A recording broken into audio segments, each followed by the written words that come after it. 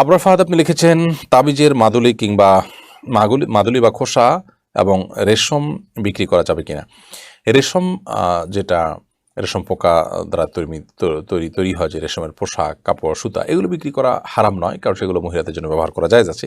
পুরুষদের জন্য রেশম ব্যবহার করা বা রেশমের পোশাক ব্যবহার করা নাজায়েজ এবং গুনাহ, এবং নবী করিম সাল্লাল্লাহু আলাইহি ওয়াসাল্লাম পরিষ্কারভাবে নিষেধাজ্ঞা আরোপ করেছেন। আর কিয়ামতের আগে এই সিল্ক বা পিওর রেশম পুরুষদের জন্য ব্যবহার করাটাকে দোষণীয় মনে করবে না, মানুষ হালাল মনে করবে। এটা কিয়ামতের আলামতের মধ্যে থেকে একটি। তবে তাবিজের মাদুলি খোসা এগুলোর কেনাবেচা করা জায়েজ নয়, কারণ তাবিজ ব্যবহার করা প্রথমত সুন্নাহসম্মত নয়, দ্বিতীয়ত এগুলোর ব্যবহার বেশিরভাগ ক্ষেত্রে শিরকপূর্ণ বিষয়ের ক্ষেত্রে ব্যবহার করা হয়ে থাকে। হিন্দুদের মধ্যে এগুলোর প্রচলন অনেক বেশি, আমরা মুসলমানরা এখন সেগুলোর প্রচলন অনেক বেশি আমাদের মধ্যে করে থাকি। যদিও কোরআন কারীমের আয়াত দিয়ে তাবিজ লিখলে সেটা জায়েজ আছে অনেক উলামা ইকরামের মতে, অনেক বড় বড় ইমামদের মতে। তারপরেও মাদুলির খোসা এগুলোর সাধারণত এগুলোর ব্যবহার আমাদের সমাজে বেশিরভাগ ক্ষেত্রেই কুফরি কালাম, নাজায়েজ এবং গুনাহের ক্ষেত্রেই হয়। সেই ক্ষেত্রে, সেই সূত্রে বেশিরভাগ যেহেতু এটা গুনাহের ক্ষেত্রে ব্যবহার হয়, সেই জায়গা থেকে বলা যে এখান থেকে এই ব্যবসা না করে অন্য কোনো ব্যবসার পথ খোঁজা উচিত। রুমা আক্তার আপনি লিখেছেন, নিজের খুব কাছের আত্মীয় যদি সুদের ব্যবসায় জড়িত থাকে, তবে সেই আত্মীয়ের বাসায় খাবার খাওয়া এবং সে আত্মীয় যদি আমাকে কোনো টাকা গিফট করে, সে নেওয়া যাবে কিনা। সুদের ব্যবসায় জড়িত আছেন, অন্য কোনো উপার্জন তার নেই, এরকম যদি হয় তাহলে সেক্ষেত্রে তার বাসায় খাবার খাওয়া থেকে আপনার অ্যাভয়েড করা উচিত এবং সেটা থেকে বিরত থাকার চেষ্টা করা উচিত। এমনকি তিনি কোনো গিফট করলে সেটাও আপনি যথাসম্ভব ডিনাই করা উচিত। আর যদি তার অন্য উপার্জন থাকে তাহলে সেক্ষেত্রে তার বাসায় খাবার খাওয়া কিংবা গিফট নেওয়া যায় আছে, যেহেতু সেটি হারাম থেকেই তিনি দিয়েছেন এমনটি নিশ্চিত নয়। তবে এক্ষেত্রেও যদি কৌশলে অ্যাভয়েড করা যেতে পারে সেটা বেশি ভালো। এসব সোহাগ আপনি লিখেছেন, শিয়াদের বিবাহের দাওয়াত খাওয়া যাবে কিনা। বিবাহের দাওয়াত খাওয়া যেতে পারে যদি খাবার হালাল হয়, হারাম না থাকে আপনি জানেন, তাহলে সেক্ষেত্রে মুসলিমদের বিয়ের দাওয়াতে যেরকম যদি হারাম কোনো কিছু না থাকে, শিরকের কোনো আয়োজন না থাকে, তাহলে শিরকের আয়োজন হলে তো সেই আয়োজনে যাওয়া নিষিদ্ধ। এরকম যদি হয়, সেরকম হলে সেই খাবার অনুষ্ঠান নিছক হলে সেখানে আপনি যেতে পারেন। ঠিক একইভাবে শিয়াদের বিবাহের দাওয়াতে আপনি যেতে পারেন, কিন্তু সেখানে গিয়ে যদি কোনো গুনাহে জড়াতে হয়, আজকাল তো শিয়ার সুন্নি কি বেশিরভাগ বিয়েতে গান, বাদ্যযন্ত্র ইত্যাদি এত ব্যাপক আকারে থাকে যে সেখানে গিয়ে হারাম থেকে বেঁচে থাকা কঠিন হয়। এরকম যদি হয় তাহলে সেক্ষেত্রে তো এ ধরনের অনুষ্ঠান অবশ্যই অ্যাভয়েড করতে হবে। আব্দুল্লাহ নোমান লিখেছেন, নামাজের মধ্যে আমার মুখে প্রচুর থুতু আসে, দুই একবার হলে হয়তো টিস্যু দিয়ে মুছে নিতাম, কিন্তু অনেক থুতু আসে। এখন প্রশ্ন হলো, থুতুগুলো কি নামাজের কোনো সমস্যা কারণ হবে? দেখুন, যদি থুতু আসে এবং পরিমাণে অনেক বেশিও আসে, তো এটা অনেক সময় মানুষ চিন্তা করলে ওইটা বেশি আসে, যে থুতু আসছে এটা যখন চিন্তা করছে তখন তার সত্যি থুতুর পরিমাণ তখন অনেক বেশি হয়। আর যদি এমনিতেই এরা রীতিমতো রোগে পরিণত হয় এবং প্রচুর পরিমাণে থুতু দেখা দেয়, তাহলে সেক্ষেত্রে এই থুতু গিললে নামাজের কোনো ক্ষতি হবে না। তবে জমিয়ে না গিলে এটা স্বাভাবিকভাবে এটা গিলে ফেলা উচিত। তবে নামাজের মধ্যে অবশ্যই তিনি থুতু ফেলতে যাবেন না। তুহিন CHY আইডি থেকে আপনি লিখেছেন, অজু অবস্থায় রক্ত বের হলে অথবা কারো রক্ত কাপড়ে বা নিজের শরীরের উপরে লাগলে কি অজু ভেঙে যাবে? অজু অবস্থায় যদি রক্ত বের হয়, আপনি অজু করছেন, এই অবস্থা রক্ত বের হচ্ছে, অথবা কারো রক্ত আপনার গায়ে কাপড়ে লাগছে, তাহলে দুই জিনিস।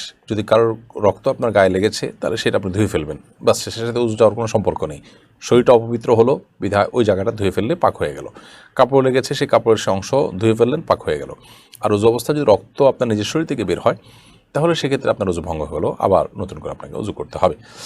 মোহাম্মদ হাসান আপনি লিখেছেন, হেয়ার রিমুভ যে ক্রিমগুলো পাওয়া যায়, এগুলো দিয়ে নাভির নিচের লোম বা বগল লোম পরিষ্কার করা পুরুষদের জন্য জায়েজ হবে কিনা। যে জায়েজ হতে পারে, আপনি লোমগুলো পরিষ্কার করবেন, সেটা আপনি রেজার দিয়ে বা ব্লেড দিয়ে করতে হবে, এমন কোনো বাধ্যবাধকতা নেই। এই হেয়ার রিমুভাল যদি ক্ষতিকর না হয় শরীরের জন্য, সেগুলো ব্যবহার করেও আপনি আপনার এই লোমগুলো দূর করতে পারেন। কামরুল হাসান আপনি লিখেছেন, মোটা হওয়ার কোনো আমল আছে কি জানতে চাই।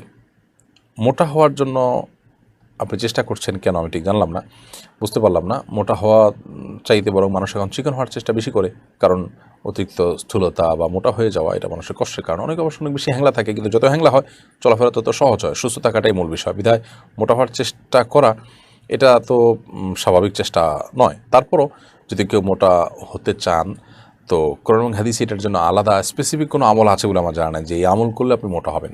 এটা আপনার জেনারেল চাওয়া হতে পারে, যদি সত্যি আপনার আর একটু স্বাস্থ্যবান হওয়া, অর্থাৎ আপনি আর একটু মোটাসোটা হওয়াটা আপনার প্রয়োজন হয়, যদি এরকম মানে স্বাভাবিক প্রয়োজন দেখা দেয়, তো আল্লাহ তাআলার কাছে আপনি জেনারেল দোয়া করবেন বাস এটাই হলো আপনার করণীয়, এর বাইরে অন্য কিছু নেই। কিন্তু এটা যদি এমন হয় যে আপনার মনে করেন যে মোটা হলে দেখতে সুন্দর দেখা যাবে ইত্যাদি, অথচ মোটা হওয়ার ক্ষেত্রে বেশিরভাগ ক্ষেত্রে চর্বি জমে মানুষ মোটা হয়, স্থূল হয়, তো সেটা তো আমাদের জন্য ভালো কিছু নয়। বিধায় এক্ষেত্রে ভালো মন্দ নিরূপণ করা উচিত। আমার জন্য ক্ষতিকর কোনো কিছু দোয়া আল্লাহ তাআলা করা আমার জন্য জায়েজ নয়। আবার মোটা হওয়ার জন্য অনেক ঔষধ ইত্যাদি খেয়ে থাকেন, সেগুলো বেশিরভাগ ক্ষেত্রেই আমরা জানি মানুষের স্বাস্থ্যের জন্য ক্ষতিকর। পশুর জন্য পর্যন্ত মোটা তাজাকরণের যে ওষুধগুলো আছে সেগুলো ক্ষতিকর। বিধায় নিজের শরীরকে ক্ষতির মধ্যে ফেলে দিয়ে এরকম কোনো শখ পূরণ করা জায়েজ নয়, সম্পূর্ণ নিষিদ্ধ।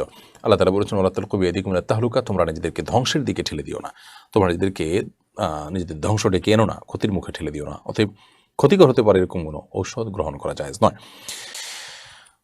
মোহাম্মদ শান্ত আপনি লিখেছেন, কোরআনে মজিদ কি কখনো হাদিসের বিপরীত হতে পারে? কোরআনে লেখা আছে যে জান্নাতি সে চিরস্থায়ী, আর যে জাহান্নামী সে চিরস্থায়ী জাহান্নামী। আবার বুখারীর হাদিসে এসেছে সর্বশেষ এক ব্যক্তি জাহান্নাম থেকে জান্নাতে যাবে, তো জাহান্নামে গেলে আবার জান্নাতে যাবে, এমন বলা কি কোরআনের বিপরীত নয়?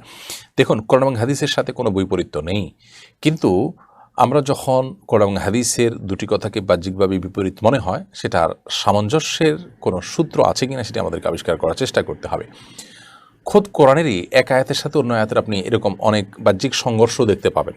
তখন আপনি কি করবেন? আপনি বলবেন যে কোরআন তার এক অংশ অন্য অংশের বিরোধিতা করছে? মোটেই নয়। আপনি তখন খুঁজবেন যে নিশ্চয়ই এখানে কোনো একটা সামঞ্জস্যতার একটা পয়েন্ট আছে, যেটার মাধ্যমে বাহ্যিকের সংঘর্ষ বা বাহ্যিক এই বৈপরীত্যটা কেটে যাবে। ঠিক একইভাবে কোরআন যে আল্লাহ তাআলার কালাম, নবী করিম সাল্লাল্লাহু আলাইহি সাল্লামের হাদিস, বিশুদ্ধভাবে বর্ণিত হাদিস, সেটাও কিন্তু ওয়াহি। আল্লাহ বলেছেন, মা ইয়ানতিকু আনিল হাওয়া, মুহাম্মদ সাল্লাল্লাহু আলাইহি সাল্লাম তার প্রবৃত্তি থেকে কোনো কথা বলেন না। ইয়ানতিকু আরবিতে এর অর্থ হলো কথা বলা, মুখ দিয়ে যা উচ্চারণ করে এটাকে নতক বলা হয়। মুহাম্মদ সাল্লাল্লাহু আলাইহি সাল্লাম মুখ দিয়ে এমন কিছু উচ্চারণ করেন না যা ওহী নয়, তার মানে তার মুখ থেকে নিশ্চিত সব কিছুই ওহী। এখানে আল্লাহ তাআলা কিন্তু বলেন নাই মা ইয়াতলু আনিল হাওয়া, তিনি যা পাঠ করেন কোরআনের সেটা তার থেকে বলেন না সেটা ওহী। এখানে কিন্তু আল্লাহ তাআলা আরও ব্যাপকভাবে বলেছেন, শুধু তার পাঠ্য আয়াত নয়, শুধুমাত্র মা ইউহাদ্দিসুও বলেন নাই, তিনি যা কিছু উচ্চারণ করেন তার সব কিছুই ওহী আল্লাহ তাআলা বলেছেন। বিধায় মুহাম্মদ সাল্লাল্লাহু আলাইহি সাল্লামের বর্ণিত হাদিসগুলো ওহী। আর হাদিসের আলোকে যদি আপনি দিন না বোঝেন, তাহলে সেক্ষেত্রে আপনি ঈদ উদযাপনও করতে পারবেন না। কোরআনে তো ঈদের কথা নেই, আছে হাদিসে, তাহলে আপনার জীবনে কোনো ঈদই থাকবে না। শত সহস্র বিষয় আছে যেগুলো হাদিস দ্বারাই মূলত প্রমাণিত হয়।